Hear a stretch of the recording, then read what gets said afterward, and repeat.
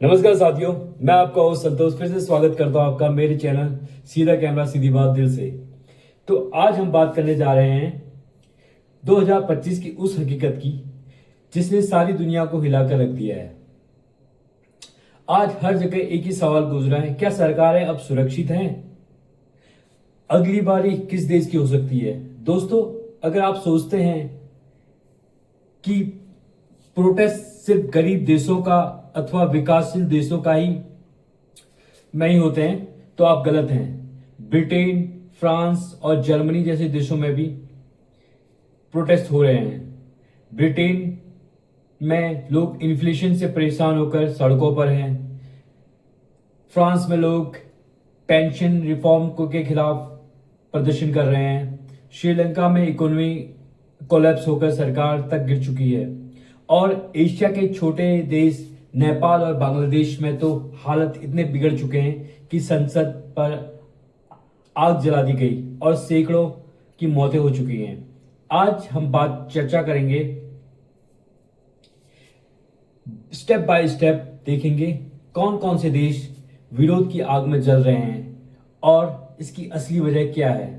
और सबसे बड़ा सवाल कि अगला नंबर किसका या अगली बारी किसकी?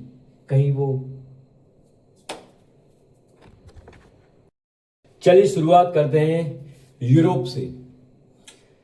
तो फर्स्ट ऑफ ऑल हम बात करते हैं ब्रिटेन की।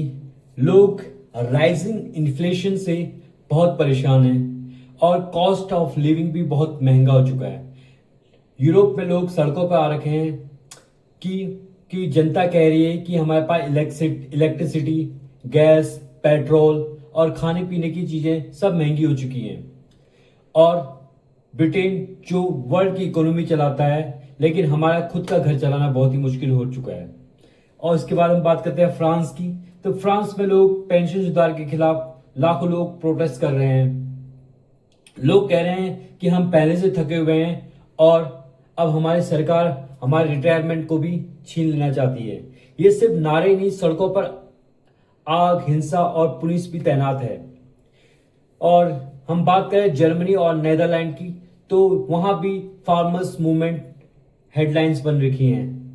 किसानों का कहना है कि क्लाइमेट पॉलिटिक्स हमारी खेती खत्म कर देगी और उन्होंने ट्रैक्टर लेके किसानों ने पूरे शहर की नाकाबंदी कर दी। तो इसी के साथ वर्ल्ड का सबसे खुशहाल देश कहलाने वाला फिनलैंड, वहां भी सोशल सुधारों और सोशल रिफॉर्म के खिलाफ लोग भड़क रहे हैं। तो आपसे ये सवाल है, क्या डेवलप नेशन अब इतने अस्थिर हो चुके हैं जितने कि डेवलपिंग नेशंस हैं?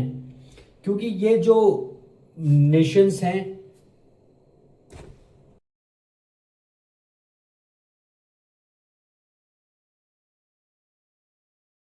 दोस्तों इसके बाद हम चर्चा करते हैं साउथ एशिया की। तो इसमें सबसे पहले हम बात कर जो कि जहां के हालात और भी ज्यादा गंभीर हैं। सबसे पहले हम बात करते हैं श्रीलंका की। श्रीलंका जो एक साल पहले यह देश इकोनॉमिक कोलैप्स का शिकार हो गया था। लोग राशन और पेट्रोल के लिए लाइनों में खड़े कर थे। गुस्साई जनता ने राष्ट्रीय भवन तक को जला डाला या उसका घेराव कर डाला था और सरकार को इस्तीफा भी देना पड़ा। सेम हमारे पड़ोसी पाकिस्तान, वहां की पॉलिटिकल इनस्टेबिलिटी इतनी ज्यादा है कि वहां गवर्नमेंट कभी टिकती है तो कभी गिरती है, कभी अपोजिशन गिरफ्तार होती है तो कभी मिलिट्री रॉ लगता है। जनता बीच में गेहूं की तरह पिसती जाती है। तो इसके खिलाफ भी प्रोटेस्ट और रैलीज हो रही हैं। नेपाल में जो हमारे पड़ोस नेपाल, हाल ही में आपने देखा कि जेनजी यानी कि युवा पीढ़ी ने मोर्चा संभाला था, जो करप्शन, अनएम्प्लॉयमेंट और सोशल मीडिया के बैन पर ये इन्होंने पार्लियामेंट हाउस बिल्डिंग को ही आग लगा दी थी और सिक्योरिटी फोर्स के साथ भिड़ंत में दर्जनों स्टूडेंट को अपनी जान गंवानी पड़ी। अब हालात ये हैं कि वहां की अंतरिम सरकार तक गिर चुकी है। और इसके साथ हमारे जो बांग्लादेश, दूसरा पड़ोसी देश बांग्लादेश, वहां हफ्जात रैली से लेकर स्टूडेंट, गवर्नमेंट एम्प्लॉय, यहां तक कि विरोध में उतरे जनता ने इतना भड़का दिया कि सरकार को विशेष बल तैनात करने पड़े। मुख्य कारण बांग्लादेश में था रूल्स, रिलीजन इशू और अनएम्प्लॉयमेंट। अब इसके साथ बात करते हैं, जब हमारे चारों तरफ के जो हमारे पड़ोसी जब इस आग में घिर चुके हैं तो हम कैसे सुरक्षित रह सकते हैं। तो इससे हम भी अछूते नहीं है। तो हम बात करते हैं इंडिया की। तो इंडिया में रीजनल मूवमेंट बहुत ही बड़ी पैमाने में चल पड़ रहे हैं और कहीं पे छोटे मोटे प्रोटेस्ट भी हो रहे हैं। मेन इसका मुख्य जो मुद्दा है वो अनएम्प्लॉयमेंट और कहीं ना कहीं बढ़ती महंगाई है। तो कहीं ऐसा तो नहीं कि अगला जो ग्लोबल इनस्टेबिलिटी है का एपिसेंटर साउथ एशिया तो नहीं। ये एक बड़ी ही रोचक और बहुत ही गहरी विचार वाली बात है कि हमने अभी भी जागना पड़ेगा, अन्यथा इसकी लपटें हमारे अंदर हमारे देश को भी खा सकती हैं। अगर हम ईस्ट एशिया की बात करें तो सबसे पहले हम बात करते हैं जापान की। जापान जो दुनिया का सबसे अनुशासित देश माना जाता था, लेकिन वहां के लोग भी नाराज हैं। रीजन राइजिंग टैक्सेशन, बढ़ती महंगाई, श्रिंकिंग पॉपुलेशन ने जनता को गुस्सा में ला दिया है। अब वहां भी छोटे छोटे दल उभर कर आ गए हैं और रूलिंग पार्टी कमजोर हो रही है। हम बात करते हैं चाइना की। तो चाइना में कभी ओपन प्रोटेस्ट तो नहीं होते, लेकिन कॉन्सरशिप बहुत मजबूत है, सेंसरशिप वहां बहुत मजबूत है। तो लेकिन फिर भी वहां पे साइलेंट डिसेंट, छोटे छोटे ऑनलाइन मूवमेंट और वर्कर स्ट्राइक धीरे धीरे बढ़ने लगी हैं।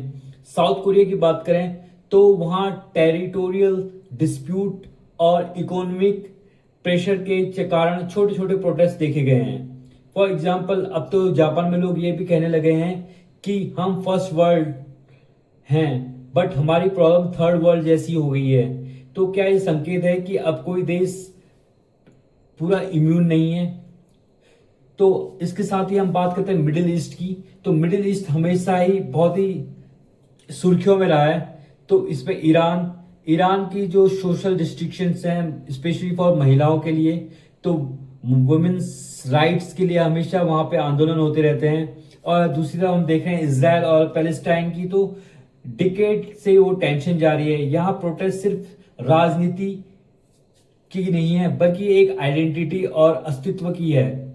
तो मिडिल ईस्ट की आग कहीं ठंडी पड़ती, कभी ठंडी नहीं पड़ती है। रीजन की इस कारण यहाँ पे हमेशा लोगों की नजर इन पे बनी रहती है। तो दोस्तों, सवाल ये नहीं है कि अगली बारी किसकी है, सवाल यह है कि सरकारें क्या सीखेंगी, क्या सिस्टम सुधरेंगे, क्या यह विरोध की लहर और बढ़ेगी। अपनी राय और कमेंट में मुझे इसमें कीजिए। आपका की क्या राय है, क्या भारत भी इसकी लपटों में घिर सकता है। अगर यह ग्लोबल एनालिसिस पसंद आया हो तो प्लीज वीडियो को शेयर कीजिए। याद रखिए, अब जनता जानती है तो बदलाव अवश्य आता है। जब भी जनता जागी है तो भविष्य में उस देश में या उस राज्य में क्रांति आई है। हमारे पड़ोस में आग लगी है तो हमारा घर भी नहीं बचेगा। तो सावधानी जरूरी है। इसी के साथ मेरे चैनल से जुड़े रहिए। फिर मिलते हैं नई वीडियो के साथ। Bye bye.